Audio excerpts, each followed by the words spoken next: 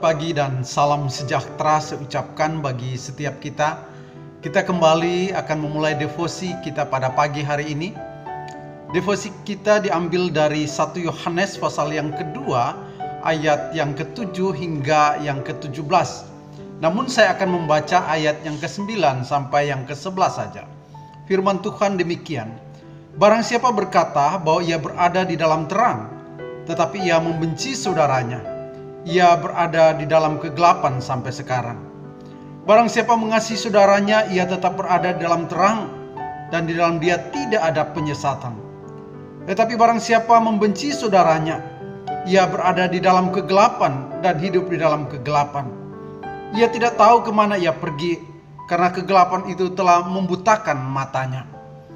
Saudara-saudara yang dikasihi Tuhan, hari ini kita melihat bagaimana dengan adanya wabah virus COVID-19, orang secara fisik diminta untuk berjauhan. Saudara, itu sangat penting bagi kita. Tetapi yang paling penting adalah bagaimana kita, walaupun secara fisik kita berjauhan, tetapi hati kita harus dekat satu dengan yang lain. Ada solidaritas antara satu dengan yang lain. Ada saling mengasihi satu dengan yang lain. Itulah yang diajarkan oleh firman Tuhan pada pagi hari ini.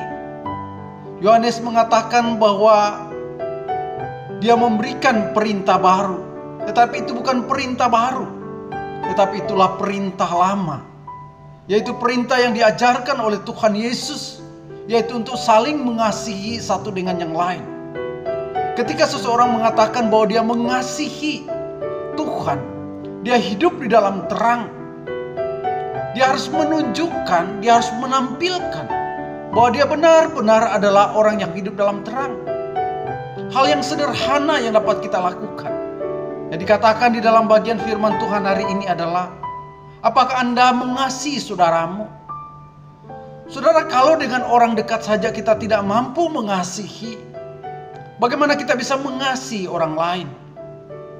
Bagaimana kita dapat mengatakan bahwa kita adalah orang yang hidup di dalam terang, bahwa kita adalah orang yang hidup dalam Kristus, sedangkan kita tidak mampu mengasihi orang yang terdekat dengan kita?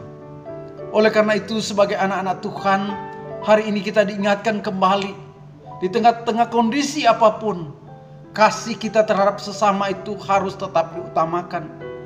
Kasih kepada orang lain itu harus menjadi sesuatu yang penting yang harus ada bagi kita. Sebagai wujud bahwa kita adalah orang-orang yang mengasihi Tuhan, orang-orang yang hidup di dalam terang firman Tuhan. Kiranya Tuhan Yesus memberkati kita hari ini. Tuhan memberi kita kesehatan yang baik. Tuhan menolong kita untuk tetap menjadi anak-anak Tuhan, walaupun di tengah-tengah kondisi yang sulit hari ini. Kiranya Tuhan Yesus memberkati kita. Amin.